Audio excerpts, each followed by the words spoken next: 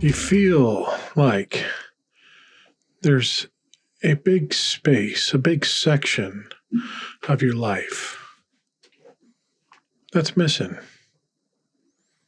that's been stolen from you, that you weren't allowed to live, that some outside force prevented you from development and stunted you from cultural understanding. I think it's common for a lot of people that were in the faith, that have left the faith and realize this. People in the faith are still blind from this because they live in fear from this neglect that they have.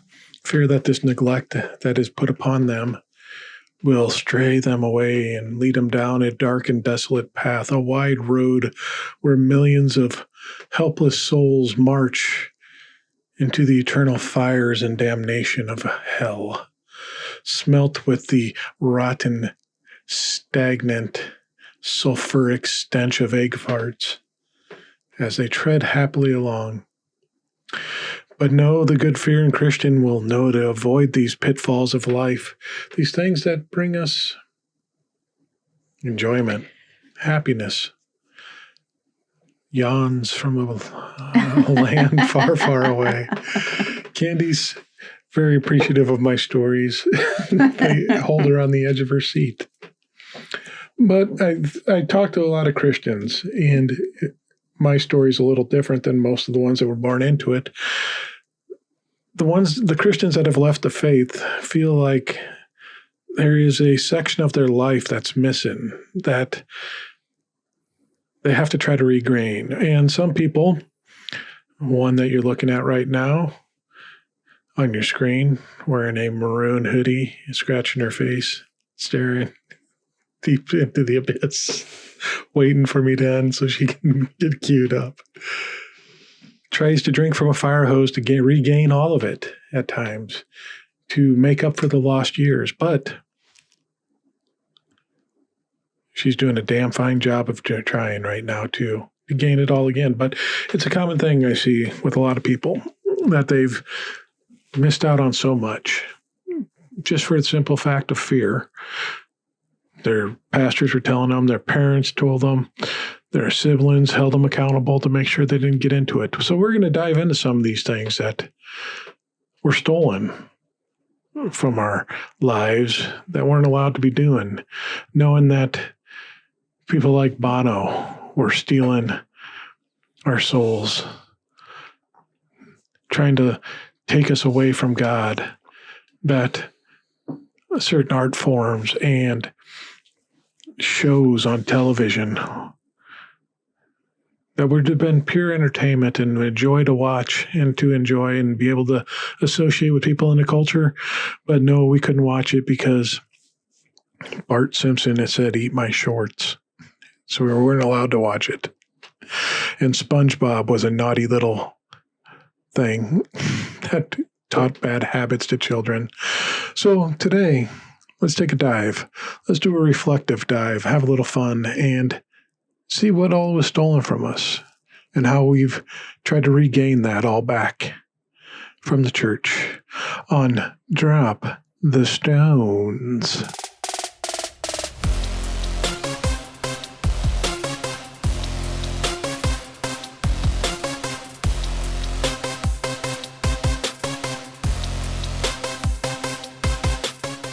Hi, I'm Candy. And I'm Dan. And you're listening to Drop the Stones, a weekly podcast that is getting into its pubescent age now.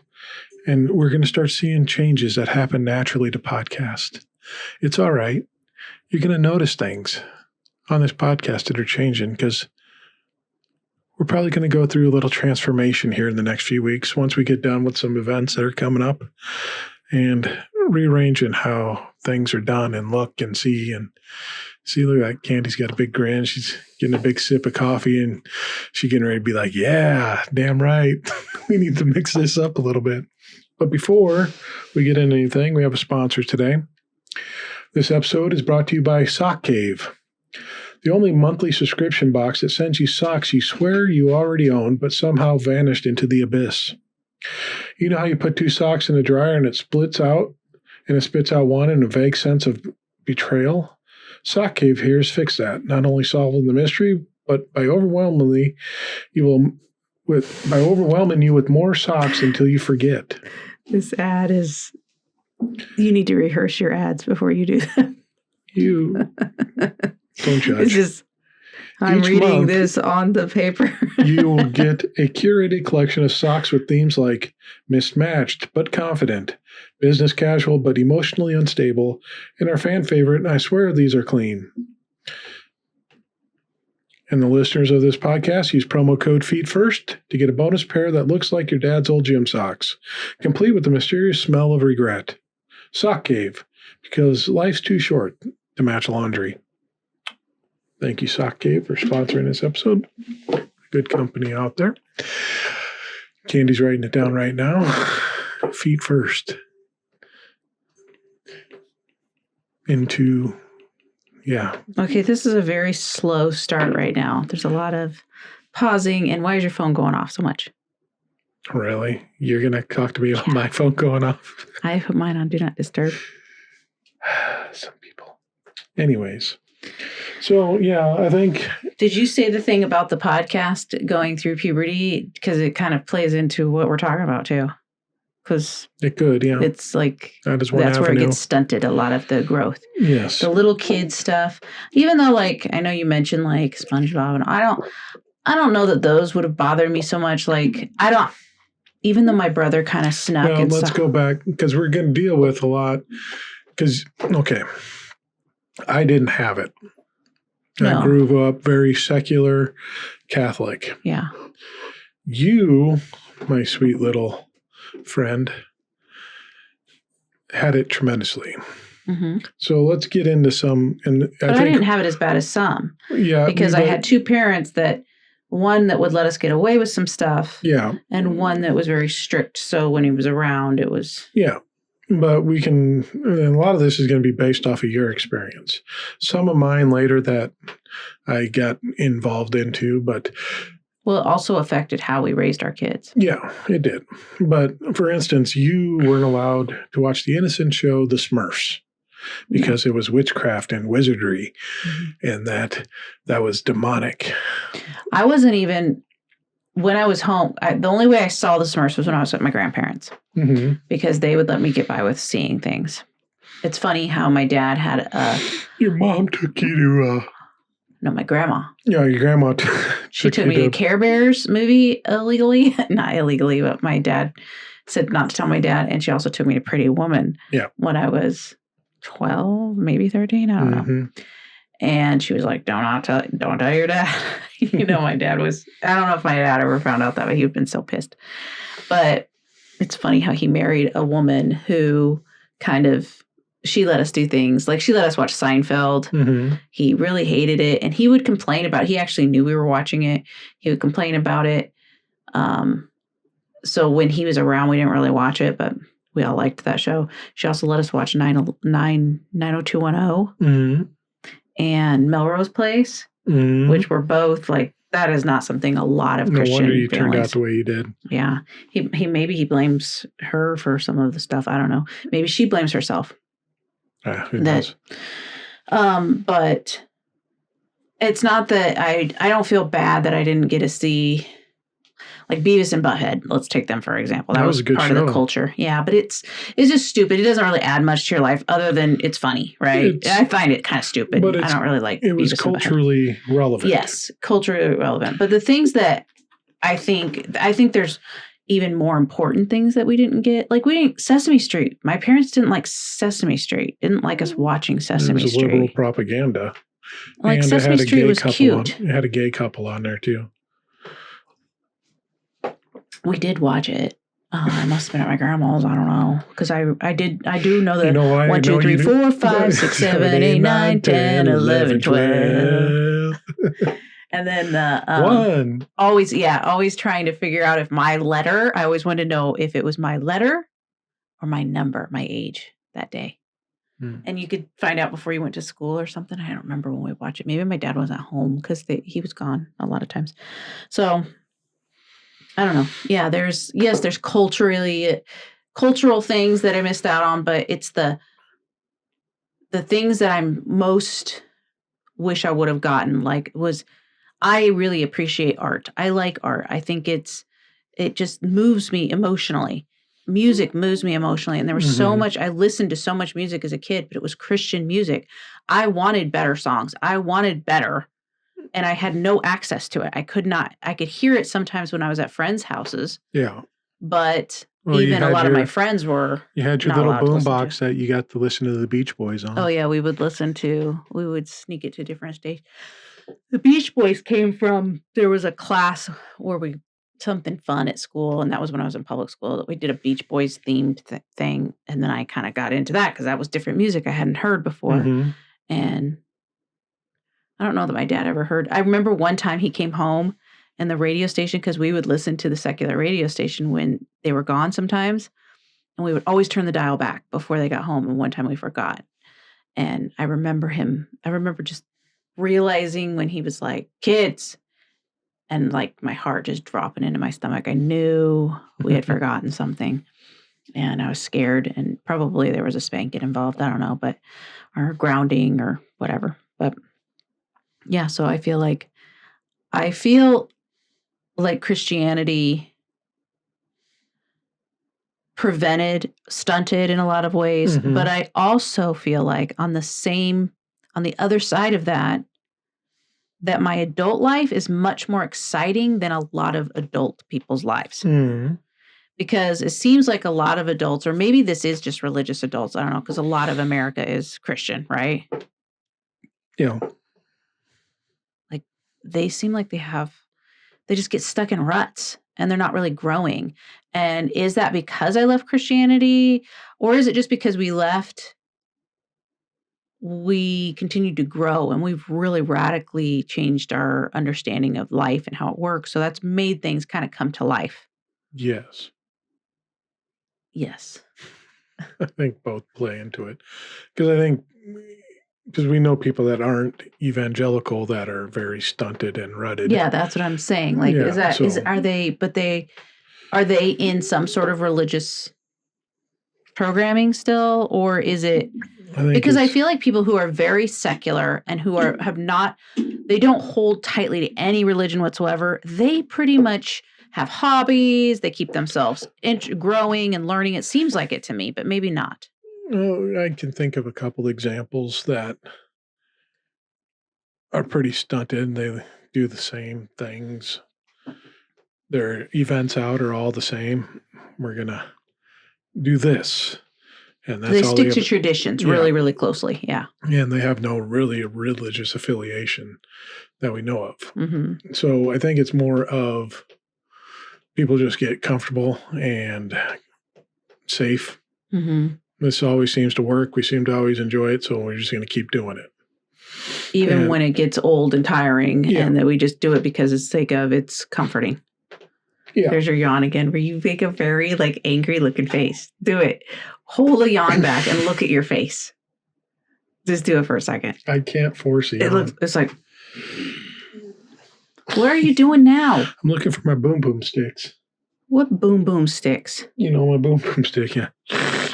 But I can't find it, so we're going to leave without it.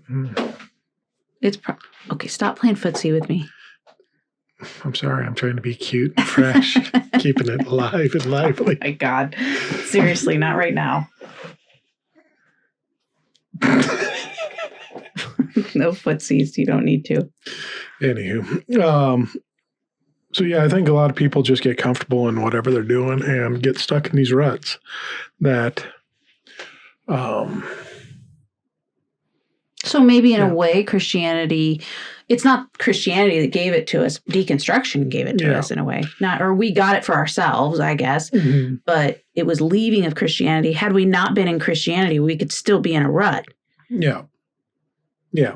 See what I'm saying? Because a lot of people live by the rules of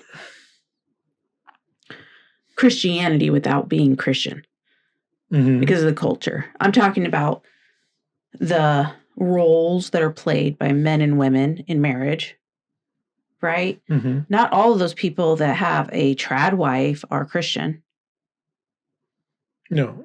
They're not all religious either. There are atheist ones. Yeah. And if you choose to live that way, that's fine too, if that's what you're choosing. But if you're just doing it because that's what everybody else does, or you think it's superior in some way to other ways of living, instead of just like it's maybe superior for you, like a best choice for you, but not that it's a best choice for everyone. Oh, there you go. Stare at your face. Your nostrils like open and then did you see it? I didn't. Okay. My eyes were closed. We've got to start recording earlier or something, or maybe you should drink some coffee. Yeah, no, thank you. I'm good. So, not a coffee guy. But anyways, so yeah, I think it's more than just religion that keeps people in a rut. But I think the biggest thing that religion does is shields people from culture that's out there. And it's not to say that culture is the perfect answer to everything, but it gets you plugged in to society and everything around you.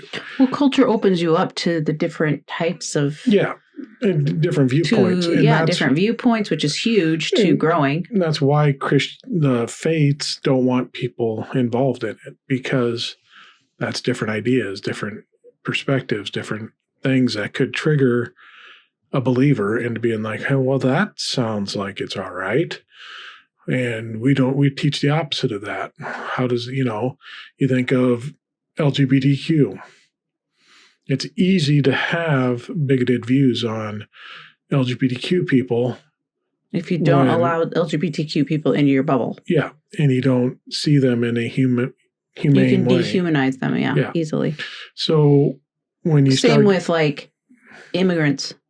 Like people that they're sending away. Mm-hmm. It's easy to dehumanize them if you don't know anybody who has had that threat or that fear or has been an immigrant in themselves. Yeah. So when you're stuck inside of a bubble, you can shield yourself from that humanization of these people, and you can just, it's easy to get you to vote a certain way. Yeah, and it's easy to make you act certain ways towards these people, where they're not human. They're not the same because they're bad guys, and I'm a good guy. You know, when some of these people are maybe even better morally. Yeah. So when you see a show, because I remember TV wise, when we were deep in the faith, like a show like what was it with Cam and Dumfries? Modern Family. Modern Family. Christians didn't like that show. And they were like, don't watch that show because they glorify... Because there was a gay couple. They glorify the gay lifestyle. And all it did was make a gay couple seem just feel human. Really, just very familiar in a lot of ways, right? And when you start seeing that and associating that, like, well, that's just it's just a couple having issues like anyone else. And it's people living life like everyone else. Now, all of a sudden, they're not much different than me. So why am I opposed to this lifestyle when I have to be told that this is different? It's not godly. It's not glorifying. It's reprehensible towards anything that I believe. So we don't watch that show because it glorifies the gay lifestyle. And I remember hearing times of they're always forcing these gay guys in the shows, or the gay guy's always the quick-witted, humorous guy. He's always funny and handsome and You got that just and snappy, the straight white guy dad is always stupid. Yeah. And lazy. Right? So why do we can't be doing this. It's just making these guys look even better. And they're not. They're sinners in the eyes of God, and they need to be punished accordingly until they repent of their lifestyle. But their God, who's in full control, allows them to be on TV being presented this way. Why? Why doesn't he just caused the show to not be successful. How come some of these shows were successful? Because of all the demons running Hollywood. I mean, that is exactly what they would say. Mm-hmm. There's always an excuse when it comes to something that looks good outside of God, and they know that they would think their God would not approve, but it does well. They will blame it on the devil. But if something on their end does well, according to what then that's God. And if something goes bad, it's the devil. You know what I'm saying? Like they don't. Same with like tornadoes affecting a certain area or hurricane. It's the judgment of God if it hits an area where they associate quote unquote sin, especially sexual sin. Yeah. And if it happens in their area, it's, God saved this church, this one church. That was Hawaii though. The one church, all these people's homes were burnt to the ground, but there's one church building still standing. God is so good. I'm like, yeah. Let's ask the people around there how good that God is. Yeah. Why couldn't he protect all those homes where people actually needed to live? And it's so stupid, but maybe the devil preserved that church building to deceive you to fall for that kind of a little statement, There you go. There was another one. I'm going to start counting every yawn so far. 1. I'll start at 1 right now. Man alive, this woman. So yeah, that's part of the reason why they wanted to, I think the church wanted to keep this separate and keep you in the bubble is because then you start humanizing sinful behavior, according to that. Or you get desensitized. That was a big thing they should say. They didn't want you to get desensitized, which being desensitized, that's something you could do. Like someone is scared of spiders, desensitize them to it so that they can be around spiders and not be afraid of it. It's actually taking away the fear. Yeah. And what does it do? We talked just about, you mentioned earlier, your parents weren't home, so you changed the radio station. It made you curious.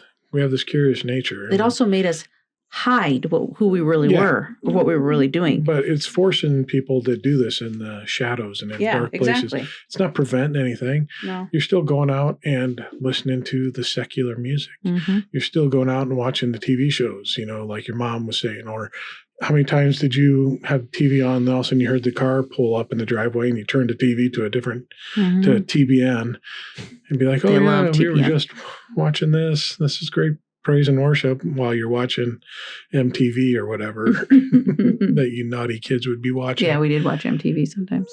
So it just, you try to prevent it, but it just causes you to drive out and figure it out more. And then it almost puts a greater desire into you to search for it. It does. It causes the temptation. Yeah. Or the curiosity. Yeah. So, but yeah, it does prevent a lot of just association with culture. It wants to create its own culture and keep that. But it doesn't create its own culture. Think about the music. It mimics the culture. It gives you like the generic version of something. It's a dumb, or the dumbed down version, Yeah, it's like... It's bad. Because I remember, so when we started dating and you're going through my tape collection, you're like, who's this? And I'd be telling you, you'd be like, who? And then you'd see an album cover and you'd be like, oh, this isn't going to do. That's an evil looking album cover. That's demonic. That's satanic. So, we started going to Family Christian Bookstore and you'd go over to the music part and you'd have that big list. If you like Nirvana, then you would like this band. So then you'd be like, try this one out. And I'd listen to it and I'd be like, this sounds nothing like anything I would ever listen to. And I think a lot of it was you think of the music that you like it because it speaks to you in a certain way. It hits you in a certain, just hits you right in the spot and elicits emotional response from you. So the beats, the lyrics, the vocal tracks, just the whole vibe. Yeah. It hits you in a certain way that it pulls out these emotions in you. You can relate to it and you can be like, you just kind of get in and you're like, I can sense the emotion in this song and I can relate to that. And then someone tries to copy it, but they don't have the same emotional input into it, because you think of the one that comes up here recently in my life has been Black by Pearl Jam. Mm-hmm. You know the story behind it. Eddie Vedder had a young love that he really fallen head over heels for, and it fell apart. And he wrote that song years later, reflected on that and how it just tore him asunder, and when he sings it, and every time he sings it, he goes back to that moment and just relives it. Mm-hmm. And you can feel it when he's singing it. Mm-hmm. And how it comes out. So then when Jars of Clay tries to mimic that, they can't get to that feeling because it's not their emotions being poured into it. They're not relating to that pain and heartbreak that the only time, yes. And there was some musicians who could do it, but when they were doing it, it was because they were, like, I think of Ray Boltz. And I don't know if you know who Ray, but he sang some songs about God. He was talking about God. And he was able to pull emotion because we had this strong emotion towards our God. He mm-hmm. rescued us. We deserved hell, blah, blah, blah. And he was so good to us, so loving that when you think of Jesus, he actually rescued us. Not thinking clearly that actually he's rescuing us from his own father, who is a vindictive prick. But so we just had this love for God that was reserved just for God, so we could have those emotions there. And Ray Boltz, I feel like, did a fairly good job when he stuck to songs like that. He also came out as gay later, and now he still sings. And I think he might even still consider himself a Christian, but he's married to a man, and he was kicked out of everything. But could it be possibly that he's tapping into some of that turmoil, his own, probably, on that, and then that's where the emotion was coming from, because he was relating that as sinful behavior and this desire that was deep within him, and that came out in the emotional. Because I would relate a lot of the emotional songs that you hear in Christian faith are more like what you'd hear people saying about Kim Jong-un in North Korea. It's forced, it's contrived, we have to have this emotion. We have to. I agree to some extent, but I think some people, like myself, I didn't feel pressured to love Jesus. I loved Jesus because I really thought I was worthless, and I thought he rescued me. Of course I adored him. He rescued me from something I deserved. I was going to go to hell and burn forever, and he rescued me. I felt a strong love for it's a Stockholm syndrome is what it is, but I think they were talking out of it.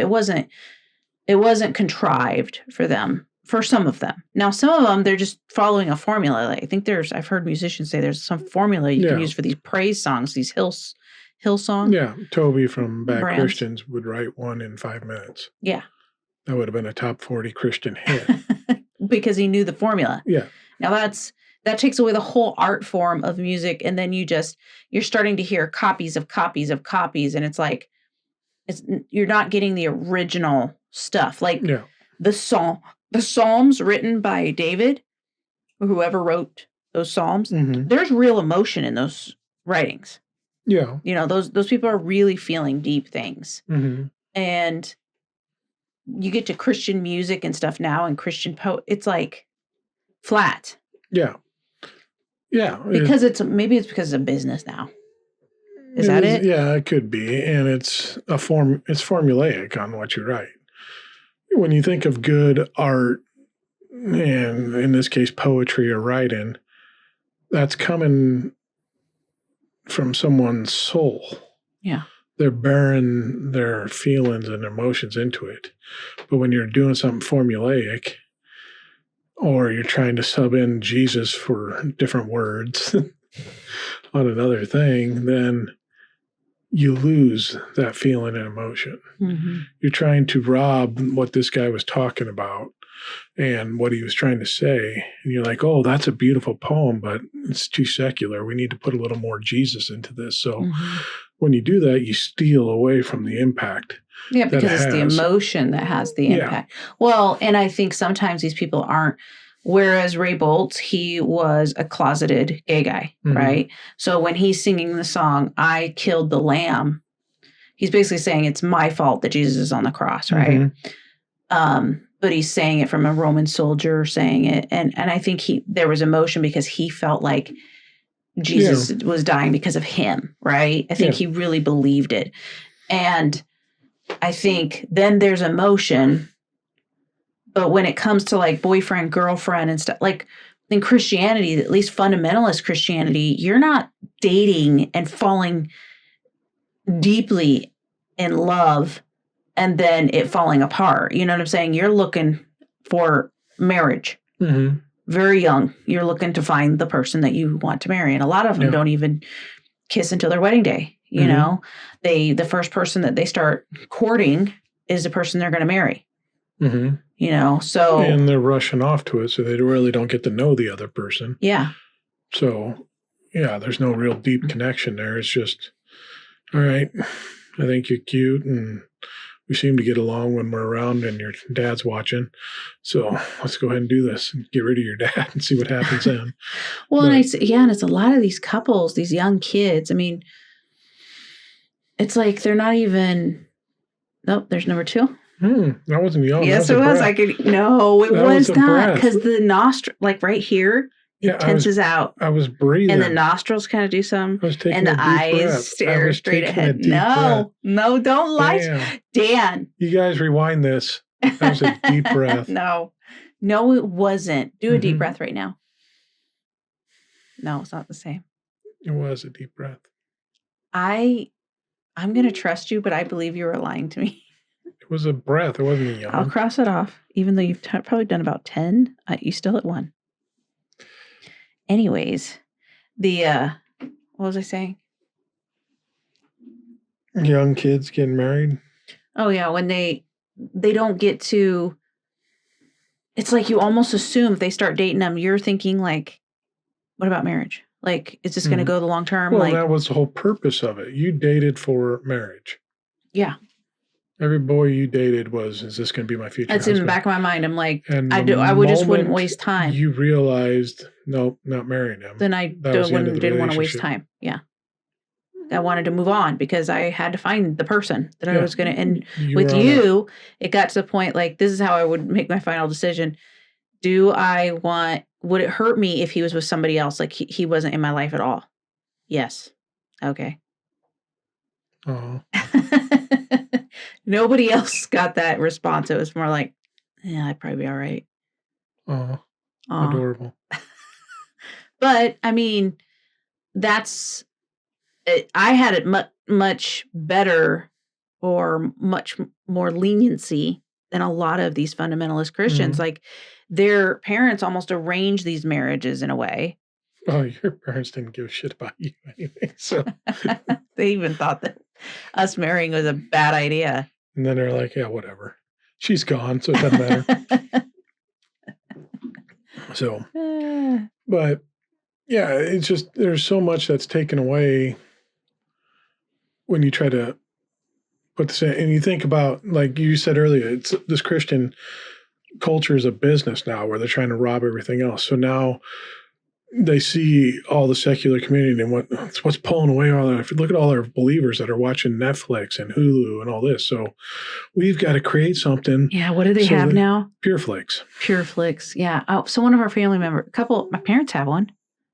Yeah. I know other people that have one. Yeah. So it's Christian Netflix. So you get to watch, I think they might even have some of the secular movies that are extremely edited down. So, oh, really? Pulp Fiction is like a 20-minute movie. Or something like that. But then you get all the Christian movies where when we redo some of the podcast stuff, we might be doing some reviews of movies. There are some I mean, I've never seen a really good Christian movie, but the acting is usually so bad. It's like, it's worse than some of the Hallmark, because some of the Hallmark movies are pretty bad. It's just the writing, because when they try to write an atheist, oh my God, it's just stereotypes. Yeah.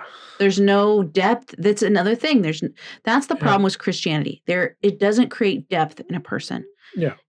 Now, life's experiences can create depth as they continue, but they probably will get less judgmental and less strict holding to Christianity.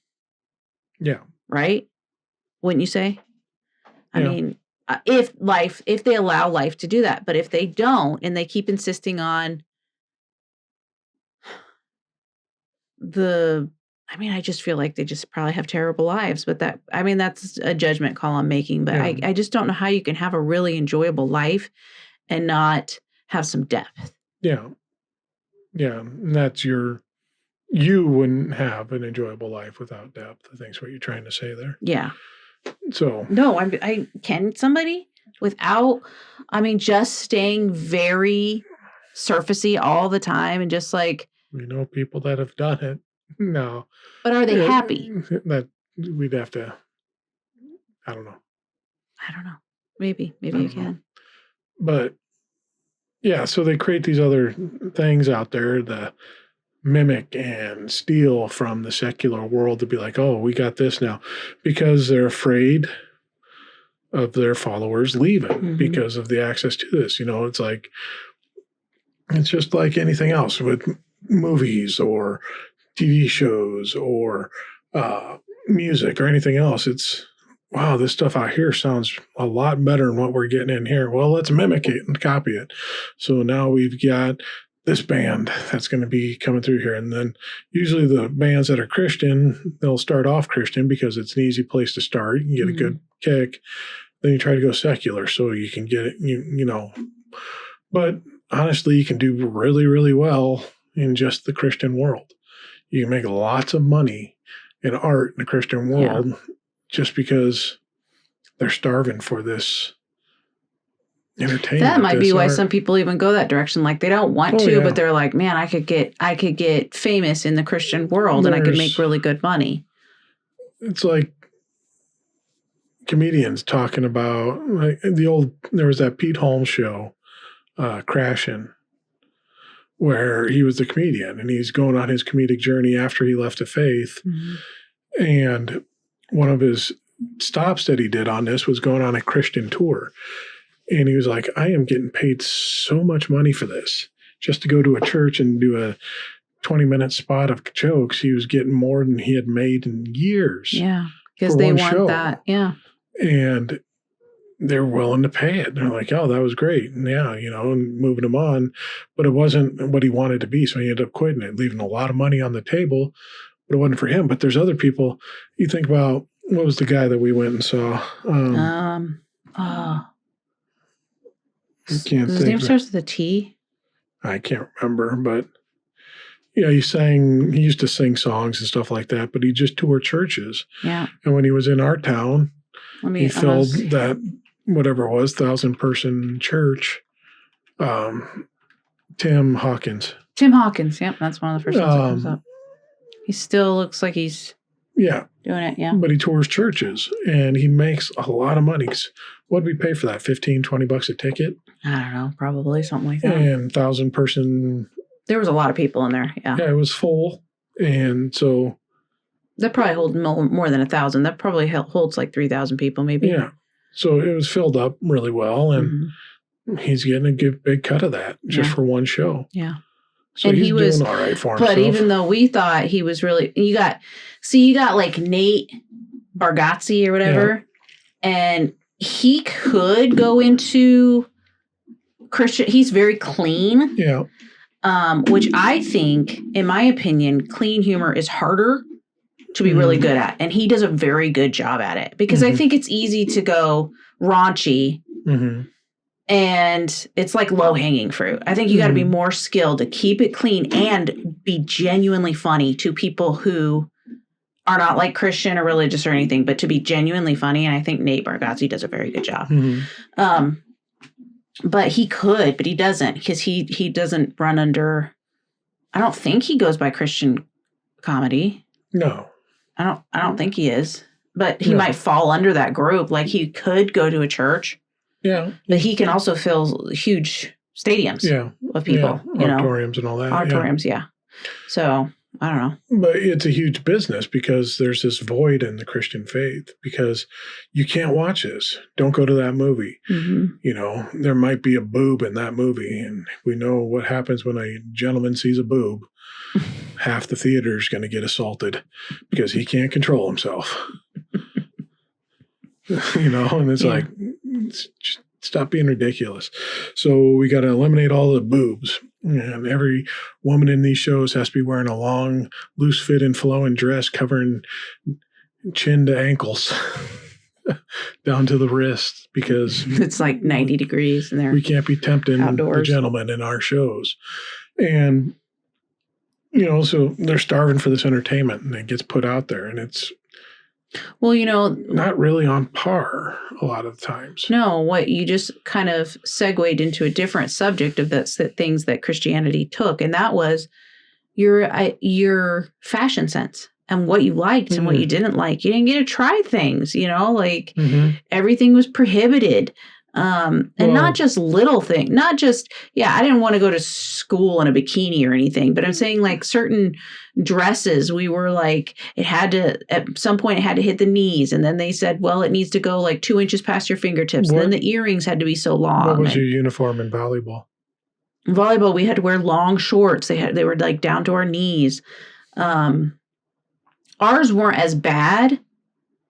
As there was a Mennonite team that we played, and they had really long, theirs were like down to their calves. So I don't know how they did. I can't remember how they did. I think they had knee pads on underneath, but it seems like it would be you'd have more risk of your pants being slid off as you're sliding. I think ours were a little bit shorter ours were like maybe halfway down our calf, which I honestly think. Down your calf? Or down our thigh. But I honestly think, I don't think that this is just pure opinion, but I think the volleyball shorts that they have people wear, like not in Christian schools, I think that's for men. And I think men decided that because there's a lot of women that they would wear longer shorts. They don't really like the short. A lot of them don't. So I don't think that's, I think that's just men decided that. Mm-hmm. And they wanted women to wear something. Like, why are these men playing basketball and they have these loose, baggy shorts in basketball? Because that thing's flopping around all over the place. That should be inappropriate. That's why it's baggy, so you don't see it. Oh, is that it? Yeah. No, please. Yeah. But like volleyball, those tight, it looks like you're wearing a swimsuit bottom. Mm-hmm. What does that help in volleyball? What is that doing? Aerodynamics. No, it's not necessary is what it is. And there's some women that were like, no, and they got kicked out of something. I can't remember. Was it Olympics? They wanted to wear longer shorts. And they were like, we're going to wear longer shorts because that's what we want. And the men wouldn't let them. So, I mean, that kind of stuff is ridiculous. Yeah. But that's still a type of control. It's just another direction. Like you can go into a secular event where women are required to dress real scantily and stuff, let us dress the way we want to dress. Like, we'll stop making us feel like we have to dress for the man's gaze, it has to do something to men. Men have to like it or be pleased with it, or we can't wear it. Like we're not able to, or especially when we're born and raised in these religious institutions, it's like, we're not able to learn how to express ourselves as ourselves. Let's get into that too, because there is a definite look, especially when it comes to Christian female influencers. Yeah, there tends to be. We're probably stereotyping, but yeah, there tends to be It's a very Fox News host look. Yeah, and that's not just Christian, but it's associated with Christianity. But it's the white female Christian American, I guess, American look, they all have the same hairdo, parted down to middle, the same kind of waves, right? They're all doing the same thing to their hair. And then they'll all switch and it'll be a new fad and everybody, it's like, do people notice that they follow one another like crazy? We all do it. We noticed fads. And then, I do it with certain things. There's certain fads that'll come out and I'll be like, I like that one. But I pick and choose what I like. I don't just do it. If I don't like it, I'm not going to do it. Mm-hmm.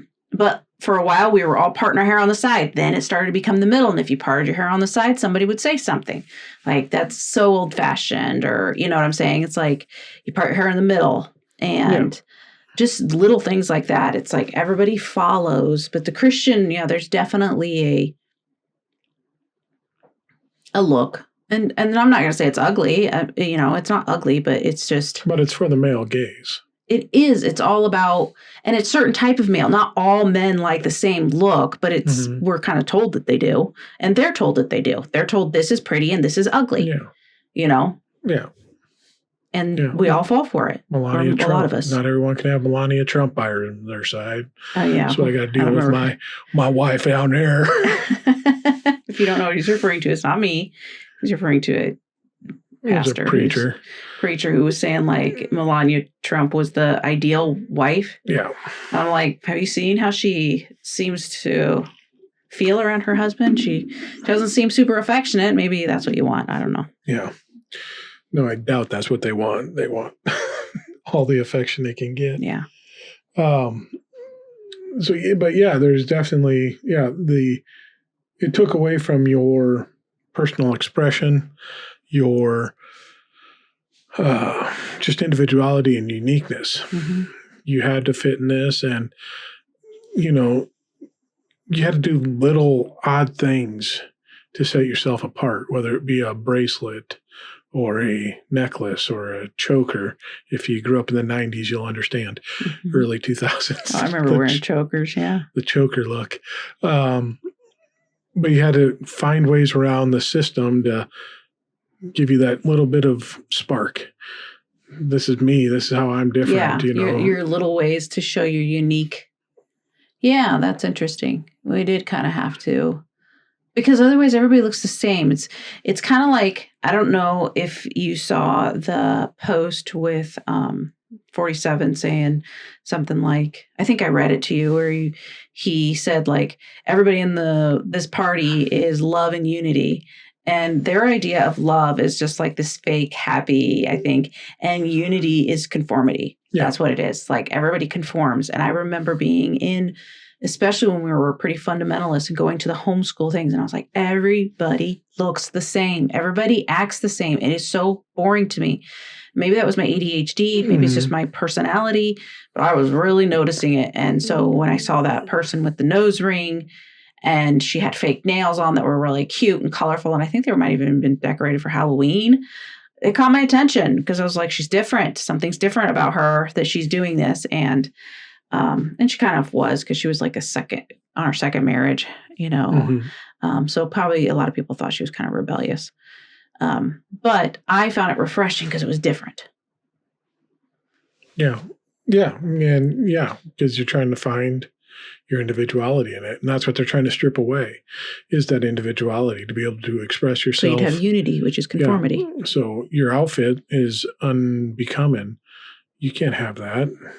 Maybe you're proud of your knees and you want the whole world to see your knees because they're the best knees we ever. Don't want to see your knees. No, They'll be like, you're proud of your knees? Pride comes before the fall. You'll hear.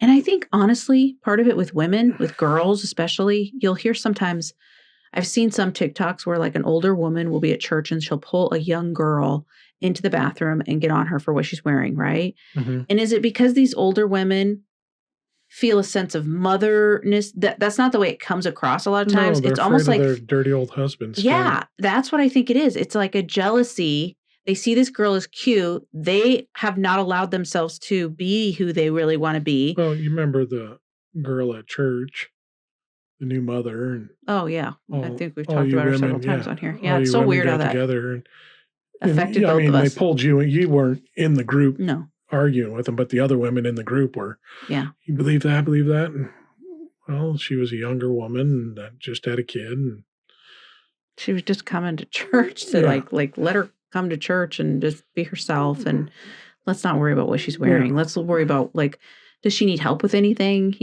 But no, it's about the clothes. Yeah. And it's because of men. You got to protect men. But it's like... It's not really protecting men, though, in that case. I'm protecting my man from looking at you because I don't need to battle with you. Well, the women, in that case, it seems like there's a jealousy or something going on, but it's also we're told as women that we need to cover up because men will lust. Yeah. And if you keep telling a man he's going to lust entirely, if he ever sees this, this, or this, he's going to lust, he's constantly wanting to lust, that's what's in your heart. That's naturally the direction they're going because you've programmed them to think that way, and they want to be manly, so they have to conjure up this lust. Then their subconscious is like, okay, that's what we do. We have to lust. We have to look and want it. We have to look and want it, and that's a program that the church is doing harm by programming these young men, telling them the women have to have the self-control because the men don't have it. Which the Bible actually says the opposite. It tells them to have self-control to the young men. So why aren't they preaching that? They don't. They just say women cover up. And Jesus didn't say that. He said, if your right eye caused you to lust, pluck it out. I mean, he's not talking, he's using metaphor, but you know what I'm saying? Like, he didn't say, tell the woman to cover up. Yeah. And then people will say, well, there's lots of scriptures on modesty in the Bible. And it's not talking about the modesty that we've been programmed to think.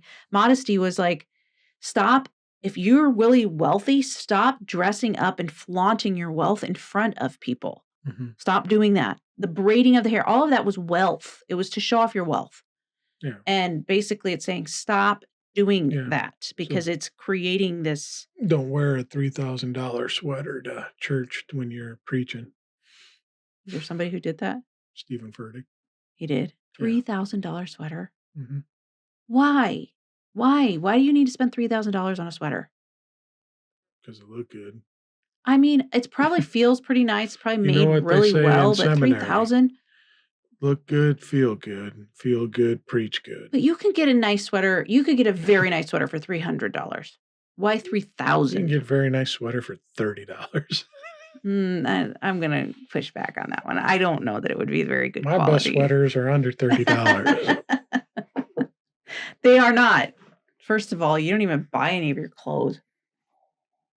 I'm not allowed to buy. You buy some, I guess, your work stuff. Yeah, that's all I'm allowed to. No, we're going to do a makeover one of these days. Otherwise, you're like, I am not going to be seeing anything you pick out at the store. So I'm trying to think what you would like. We need to go shopping sometime just for fun, like a date night where you get to tell me what you think you would like. If you were planning a date, what would you pick out at the store? I'm very curious. No Hawaiian shirts. I do not like the Hawaiian shirt look. It'd be a white suit with a white tie and white shoes. No. Yeah. That's ugly. Yeah. But so, I mean, there's so many things that were stolen because of fear.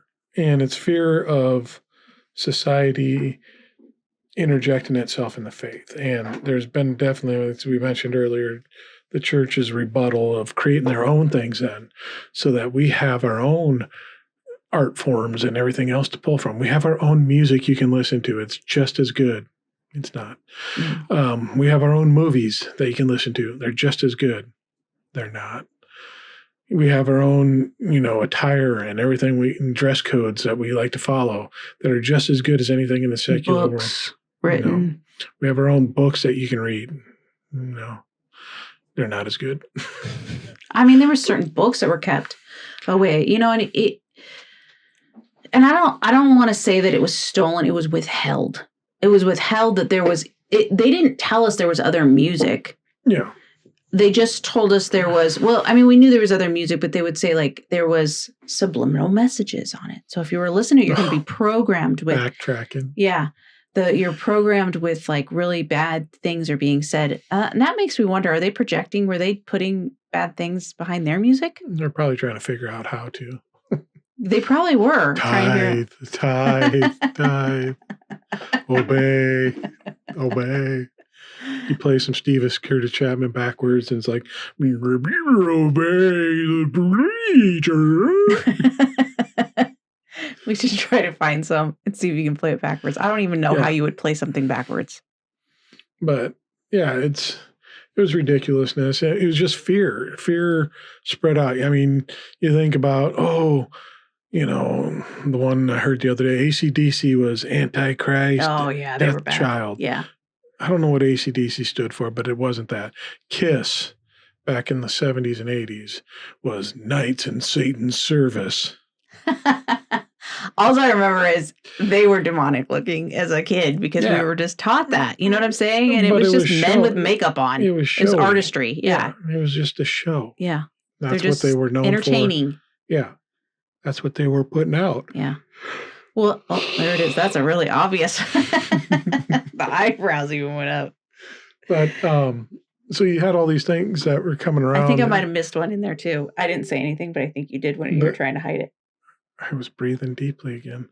So, but just the misinformation that was put out on this is what it means, and they're evil. They're really trying to lure you into the satanic lore, Knights in Satan's Service, and just you notice how Christianity is all about fear. Mm-hmm. Fear this over here, this music. Fear this book over here. Fear this TV show over here. Fear this type of person here. Fear these types of politicians here. Fear this type of government here. Fear your neighbor. Fear, fear, fear. And yet, Jesus' whole message, if you get down to the root of it, is love your neighbor, love your enemy, right? Love yourself or as yourself. And you are going to love as well as you love yourself. They don't love themselves. So, of course, they don't love their neighbor or their enemy or whatever.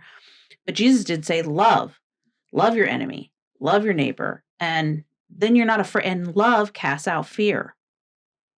That's another verse, So you can also take that message from the Bible, too, if you wanted to, right? Because you can always take these messages. But it's just fear of these music, fear.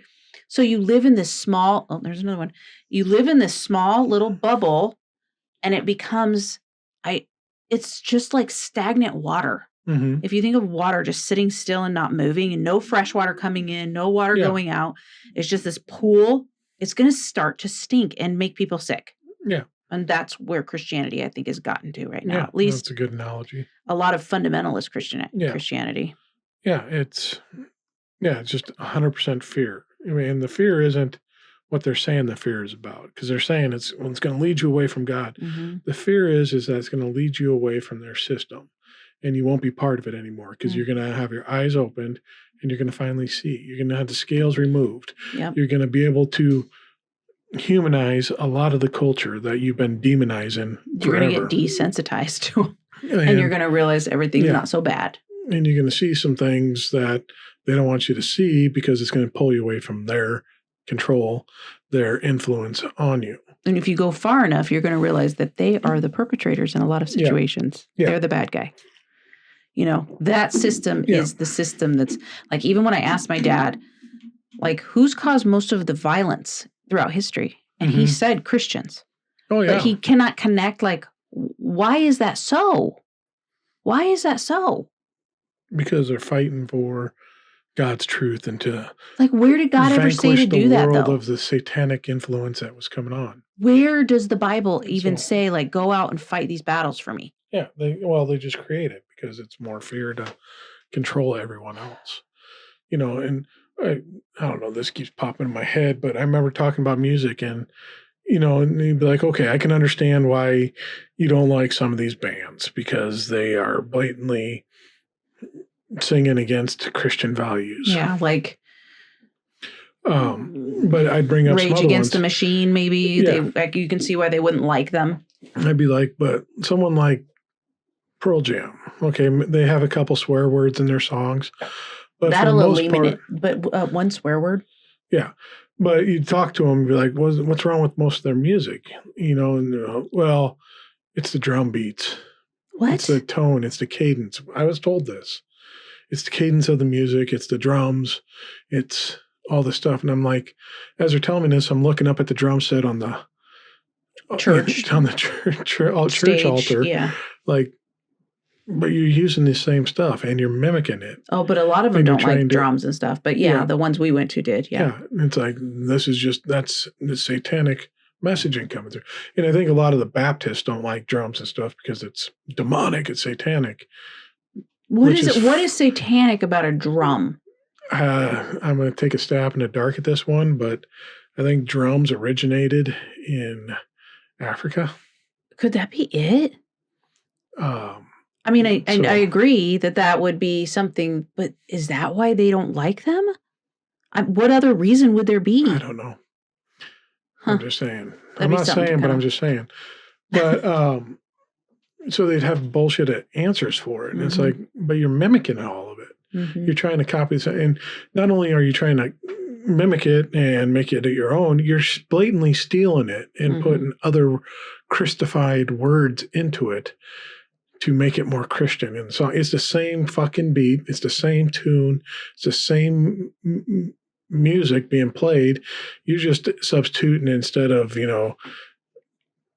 whatever, that I'm going to put Jesus in here and God in here and substitute these words out. Now it's a Christian song. You think about, what have they done? Oh, I like big Bibles. And I can't do that. Songs like that, these parody songs that Christians put out all the time. Or when WAP came out, worship and praise. Oh, yeah. Remember when we went to one of the churches and one of the first things, they were singing the song, Call Me Maybe, but it was like Christianized somehow. I can't remember. I remember then listening to that song. I was like, oh, that's a cute, catchy song, the actual original one. But it's very similar to swear words. Like instead of saying shit, they can say shoot. Yeah. Or instead of saying, oh my God, you could say, oh my gosh. And then sometimes my dad didn't really like that. So you could say, oh my goodness. But they all mean the same thing. You're just saying different sounds with your mouth. Yeah. And if the God is so picky about that, like it's just, the intent, it's crazy. The intent, which is the real thing behind it. But that's another point of there not being any depth. That's what I'm talking about when I'm saying depth. There's no depth behind it. It's like we don't care about context. Christians don't. Like I had to learn that in deconstruction. That's one of the big things that caused deconstruction is learning about context. Like who were these people that were writing and who were the people they were writing to? Who's the audience Jesus is talking to in the Gospels? What's going on around him? Instead, it's just you're reading it as though he's talking to you. And when he's talking to Pharisees, he's talking to others other than you. So that's just, there's just no depth. There's no thinking through anything. It's lazy thinking. That's one of the biggest things that they withheld is a good, solid, especially going to a Christian school, a Christian fundamentalist school, a good, solid education, like a well-rounded, education, appreciation for other cultures. No, we had the best and it didn't matter. And I don't know that Christianity is exclusive to this kind of way of thinking and being, but it is very dominant in it. Yeah. So to kind of wrap this up and put a bow on it here, I think by doing this, Christianity is shooting itself in its foot. By secluding itself from culture, secluding itself from society, it is separating itself and not allowing itself to grow and develop. I think that's kind of what you were hinting at earlier. It prevents you from actually reaching out and being an effective ministry in the world. When you don't want to understand the culture around you and want to protect yourself from the culture because it's demonic, you're not going to minister to that culture effectively. Yeah. Because you're not going to understand it. No. You're not going to know what they're talking about. You're going to think you understand it when you really don't. Yeah. Yeah. So it prevents you from being effective in the world around you. You have to be culturally relevant to survive in the world. Here's an example that might help people understand what we're saying. And I think a lot of people do that are hearing us, but that you could use when you're talking to loved ones or whatever, is the politicians that are in office that get so old, they're just so out of touch with or they're so wealthy, they're so out of touch with what the common person experiences. A better thing I think you might be able to say was that TikTok you sent me the other day about women and men setting laws for women's rights. Yeah, when there's not a woman in the room to even say, it's like that. They're not talking to, when you're not talking to an atheist and you're just hearing what an atheist might say or might believe from another Christian, even a person who was an atheist. First of all, there's lots of different types of atheists. And if you're not hearing from, you don't really know what they think. And then you just believe, you believe stereotypes. And that's it. That's like believing stereotypes about any of us. Like there's stereotypes about, if you watch TV and, sitcoms when we were kids, like we said earlier, like this husband and father is lazy and stupid. That's how shallow it is in Christianity. Like they just believe all these stereotypes about others that are not like them. This is how they are, and it's not true. It would be like if people were struggling in this country and they were financially struggling, and say we took, I don't know, 7 ladies and launched them into space. And just for 10 minutes, for shits and giggles. 10 minutes, and brought them back and tried to make them some sort of uplifting message of hope in this world when you're struggling to find 2 nickels to rub together to feed your family, and these people are dropping millions of dollars to take a 10-minute joyride in the upper atmosphere. Yeah, it's just totally... You're disconnected. You're disconnected. You're just out of touch. That's going to take... People are going to notice that, and people have noticed that, all right, these people are completely out of touch with what's going on in reality. You're sitting here telling me egg prices are decent now, and they're still $5 a dozen. Yeah. They are not. Yeah. You don't tell me went down 90%. Yeah. When they went down 50 cents they were at $5. Yeah. They were at $4.97. Now they're at $4.40 something, I think, at Aldi. Yeah. They didn't go down much, and it's still. We're not going to be like, yay! It's like they want us to praise them for and that's what I think. And when you have Christian messages, it's the same Christian message. Like, I'm causing the harm, and then I want you to praise me when I make it slightly better. Yeah. It's that religion is playing out itself, that story, that way of some lording it over others and having power over others is playing out everywhere. It's the Christian putting a foot on someone's neck. And then tell me I'm grateful when you can get a breath in once in a while. Yeah. Yeah, that's really what it is.